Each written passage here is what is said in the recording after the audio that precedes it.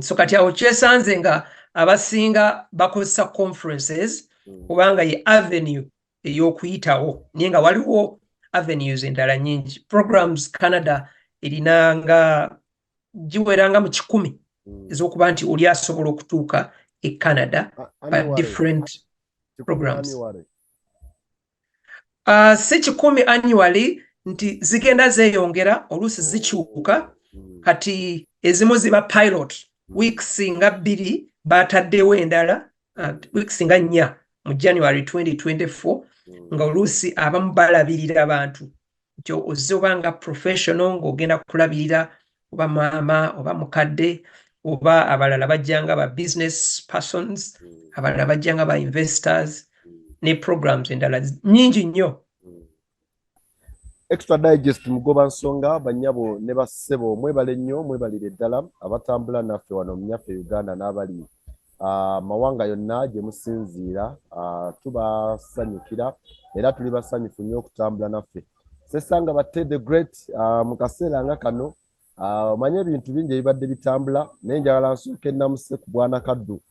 Sebo nsanyusa okuwuliza nsanyusa okulaba kansuubire oli bulungi. Sebo muganda wange mwami batte ndi musanyufu okuwulizaako ndi bulungi wano newankubadde wabweru waliwo omuzira naye ndi musanyufu okubanga Extra Digest mugoba nsonga ate egobye ne leero. Yes, butereevu njagala tutandikire awo waliwo ebigenda mu maaso mu ggwanga erya Canada ne mu Uganda. Biyinza okuba biri mu Uganda naye nga ensonga eva mu ggwanga erya Canada n'abamu ku bannaffe. Naye nga tetunagenda nsooka otuwulire how is Canada so far? Bitambula bitya omukisa guli waffe abaagala okujja enkya? Webale nnyo mukulu batte mpozi ne b'okola nabo Daniel Mugoya n'abalala bonna. Amannya nga bw'ogogedde Henry Kaddu Luyombya ndi wano mu ggwanga lya Canada, Prince Edward Island PEI. Era tuli mu time ya muzira naye ate nga abantu bakwasaganya ebintu, abantu bakola, abantu b'amaanyi nnyo ate n'abasuubira okutwegattako tumanyi nti bajja kukozesa emikisa gyonna egiriwo gye bujja nja kubabuulirako ku programs ezimu naye nga tuli beetegefu okubaaniriza ate n'ekirala n'okubawa amagezi ag'okuyitamu ne bw'oba nga tonnaba kutuuka wano Canada. Embeera y'obudde eyimiridde etya awo? Omuzira baŋŋambye mungi guyika gulinga gwe bagoba mu ggulu. Omuzira si mungi nnyo kisinziira wa gy'oli. Wano wendi gwaguddemukko jjo temperatures ne zikkamukko katono nga mu -4 naye kati leero tuli mu +1 Celsius. E Toronto nagwo gwagwamukko katonotono ekibuga ekinene naye so si ekikulu ate nga abasinga bannayuganda gye babeera.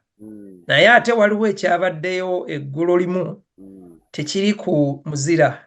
Amasannyalaze gagenze ne gavaako ne kiba breaking news. Gamaze wa ssaawa ndooza ng'emu mu kibuga ekinene ekya Toronto ekiro.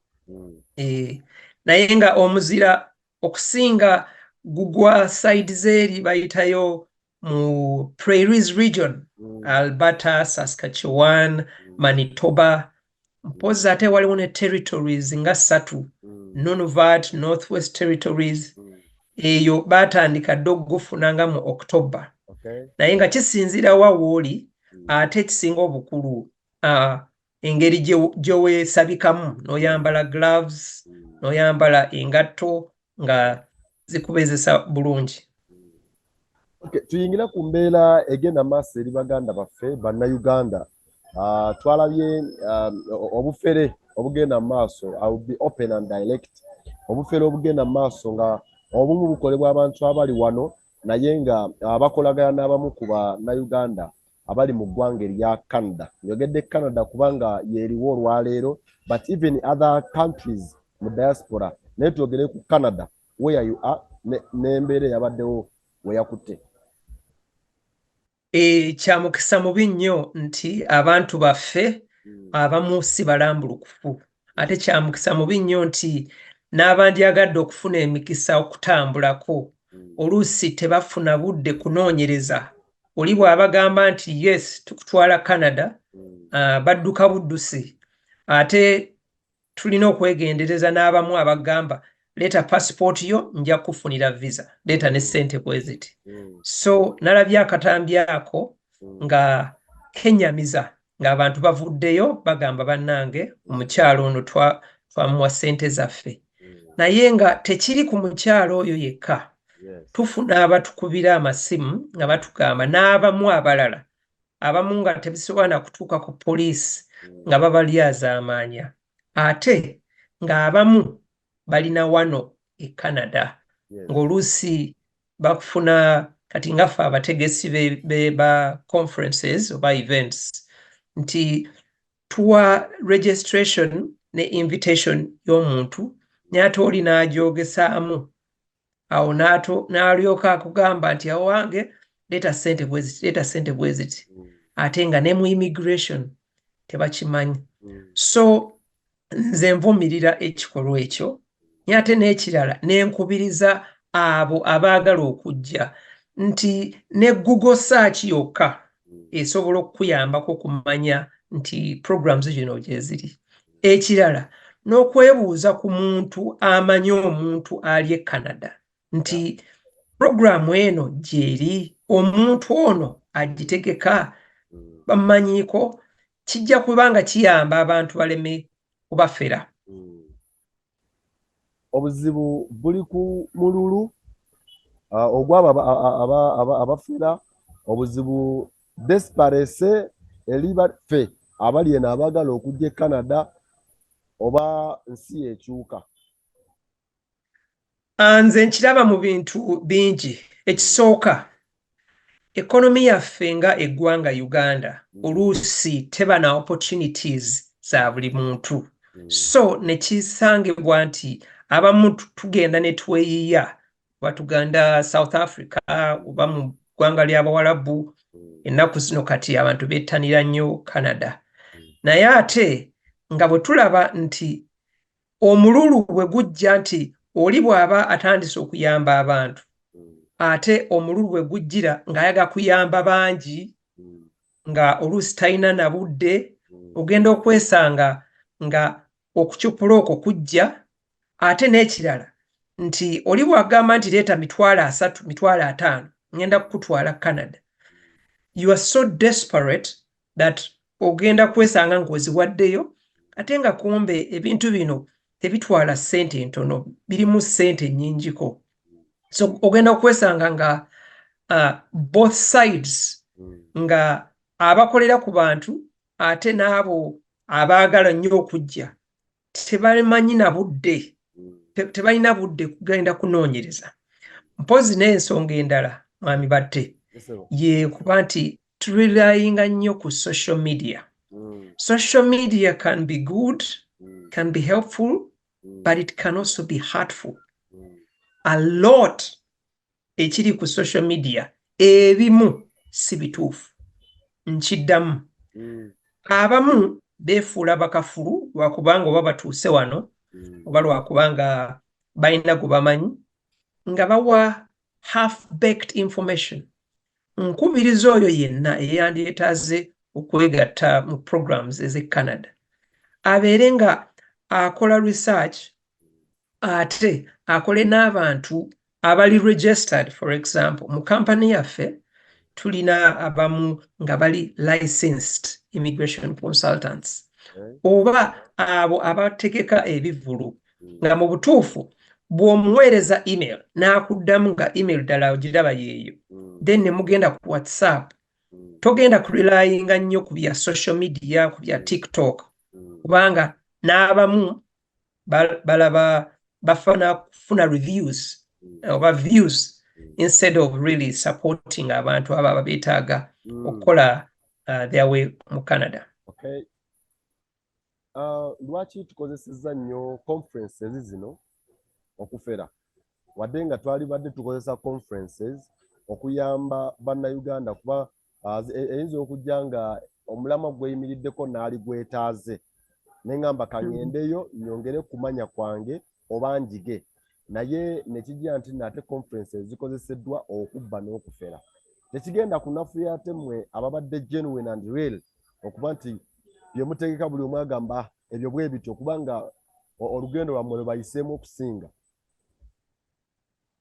Waliwo sisita wange omu ndowooza mwayogeddeku naye Solomon Nanvule Mama Pitmoff yakyogerako kolumu n'agamba nti oluusi abamu bannayuganda bwe tumanya nti wano waliwo ekifuna ate twettanira nnyo. Conferences zino ze mbadde nzitegeka ate nga nzibeeramu ebbanga ddene ate nga nnyamba n'abantu okujja. Abantu be nasooka okuleeta e Canada mwe bali bangi. Gwali mwaka gwa 2006 twalinayo olukuŋŋaana lwa International HIV AIDS Conference we natandikira naye tusanze nti kati bwe tuvudde mu COVID abantu abasinga bamala gawulira nti wange waliwo ekivulu kya gundi nange kanteekeyo kankupe n'erinnya tulina ekitongole kyaffe New African Canadians ate tuwulira abamu bafunye ekitongole almost kyekimu n'amannya gegamu tufunye abamu nga n'omulamwa gwa conference era almost gwe gumu nga olaba nti tetuli nnyo bayiiya tukupa bukopi ate nga kyalibadde kirungi nti conferences zino zituyambako mu kuyiga mu kusoma ate n'okubanga embeera yaffe eyimuka. So kati nze nenkubiriza ne bannaffe bonna abategeka ebivulu nti tetupapa nnyo okutegeka kubanga nti gundi ategese nanga ntegeke naye tubeere nga creating ne partnerships bw'oba otegese tusobola okwegatta ffenna oba okuba nti Kaddu, Solome, Gundi, Luyombya tuteeseteese conference emu ku lw'abannayuganda oba ku lw'omulamu omutuufu. Ekyo naye ekyo kiri abstract kiyinza obutasobola kubaawo kubanga community yaffe y'abannayuganda weyawuddemu nnyo ate nga simanyi oba kiva waffe gye tuva naye nsobola okugamba nti n'abaali bakola bonna kati bonna beeyawuddemu omwaka oguwedde 2023 ne gwe nayogeranga naye kati sikyayogera naye sikyamwebuuzaako so awo wekiva nti maybe twandisoose ne tutuula ne tugamba newankubadde twagala okuyamba abantu baffe batuuke mu Canada tukikoze tutya okuba nti ne Canada tetwekengera ne betuyamba ate tubayambira ddala paka waliwo abafunye citizenship betuzze nga tuyamba emyaka kati 4-5 of course ne betuzze tuyamba myaka 10 mwebali ate nabo ba community leaders bayamba so kati bwe tuteekateeka abantu abagenda okutuukira kiba kiyamba nnyo nti at least abantu tebayisibwa mu bubi nnyo kyova olaba ne conference yaffe eya Global Mental Wellbeing and Substance Misuse Conference eri ku obukosefu obw'obwongo n'okukozesa ebiragalalagala nye ng'obukosefu kiyinza okuba nti tolina na mulimu tolina ssente za visa oba tolina waakusula ng'otuuse twogera ate twagala kumanya ki kye tusobola okukola differently next time so byonna awo kulubate biri connected oba conference ya business oba yakuleeta muyimbi oba ya bakyala domestic violence n'ebirala omuntu kineetaagisa ki okuteekateeka conference mu Canada?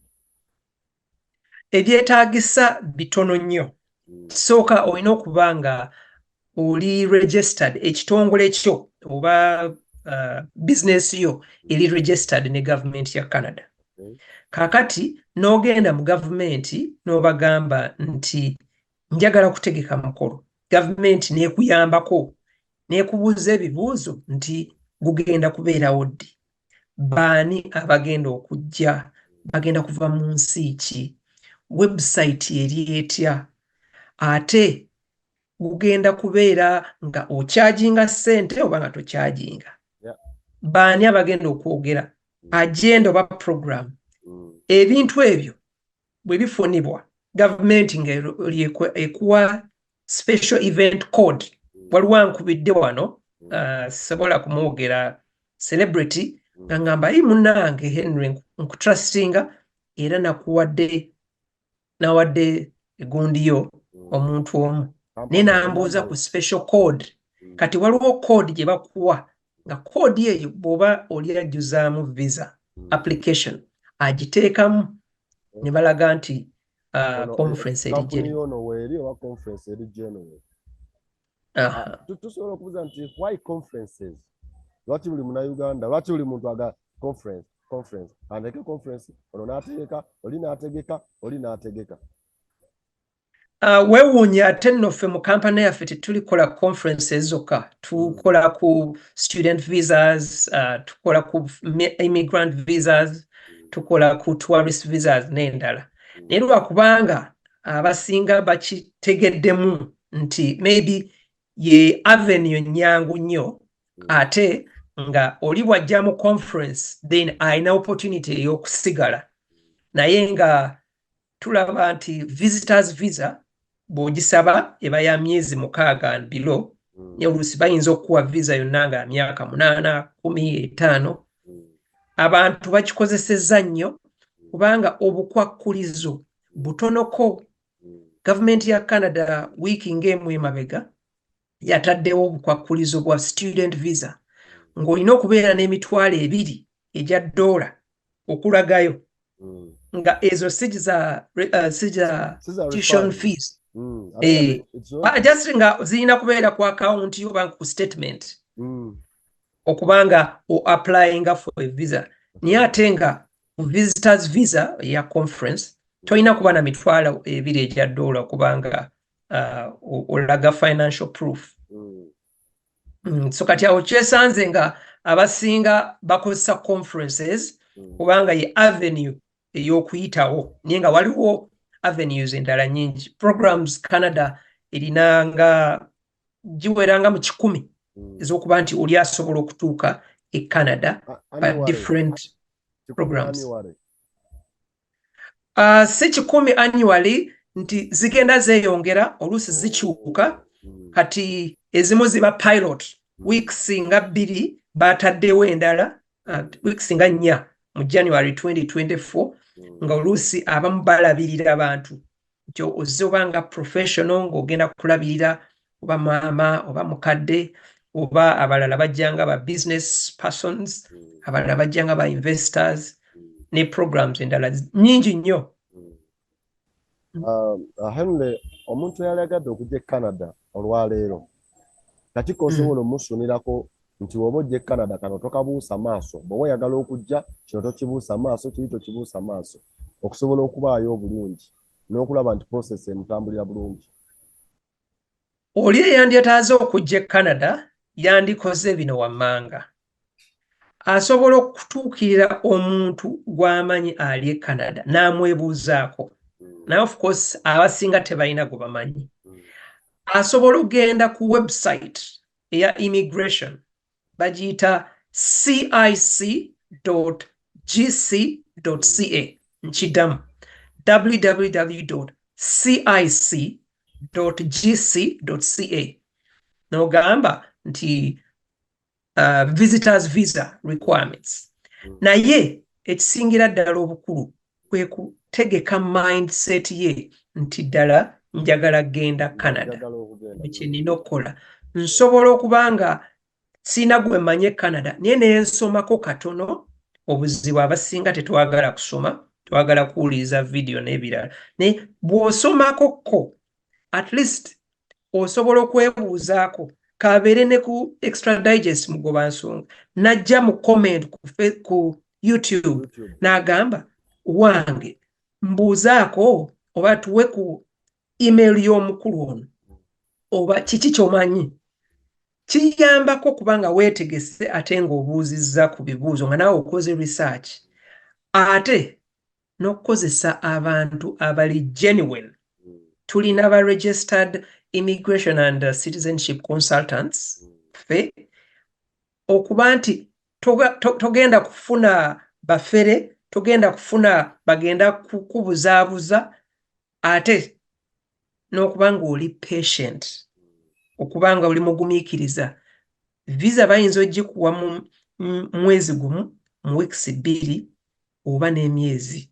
Nina client kwenkwera naye atutte emyaka 3 baagimuwadde last year naye nga yateekamu during COVID 2020 n'aba nga alinda. So obugumiikiriza obwo batono nnyo ndowooza ababulina. So bw'oba n'obugumiikiriza, bw'oba ng'osobola okuconnectinga n'omuntu ali genuine, bw'oba ng'osobodde ng'osobola n'okufuna ali licensed, bw'oba ng'osobola okuba nti oconnectinga n'omuntu ali e Canada, kijja kukuyambako okuba nga weeteekateeka bulungi. Ogedde ku bugumiikiriza naye ebiseera ebisinga buli gwe twogera naye akiteekako nnyo omulaka nti bannayuganda si bagumiikiriza, ate mu buli kintu bateekamu desperate nga kyekiviiriddeko okuba nti emineeno gino bagifuna. What should be done? How can we help these people okuba nti kale kebateekayo waakiri bakafunamu omulamwa? Kubanga ensonga ze Canada ezo, Canada, America, Europe, oli atunda ttaka, oli atunda property, wegamba n'abanga yeemazeeyo olw'okuba ategedde nti Canada kiggwa. Bwamala oteekayo millions 8, millions 10 ne kitaggwa, enkeera omusanga Kampala Road ng'alonda bucupa. Ensonga eyo nkulu nnyo ey'obugumiikiriza.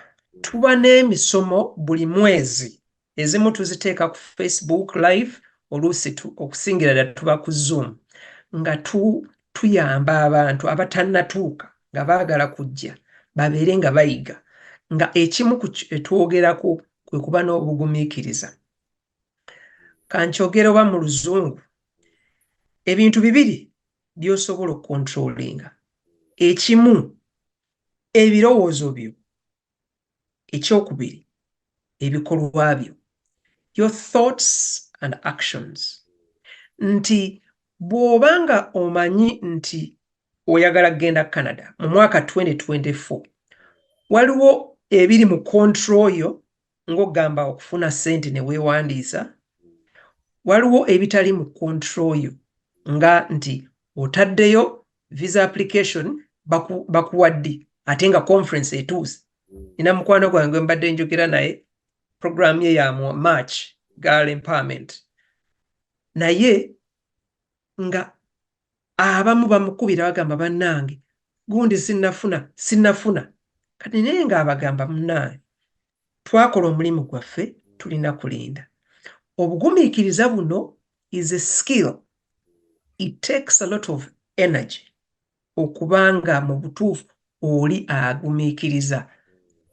Mami batte ng'ovuga ng'otambula ku street, ekitala bwe kikuta nga kya green, wali weetegereza abantu abamala gasimbula oba ababodaboda.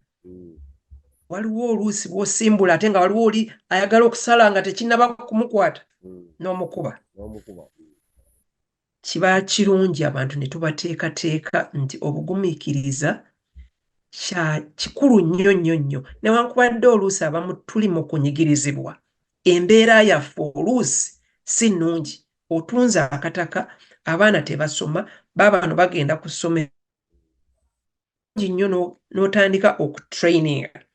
Nze ng'omu kubakola n'abantu abakosefu b'obwongo, bimu bye tugezaako okuyambako abantu okufuna. Bw'ofuna skill ey'obugumiikiriza ne mu bufumbo, ne mu kunoonya empapula, ne mu kufuna visa, n'okuba nti onoonya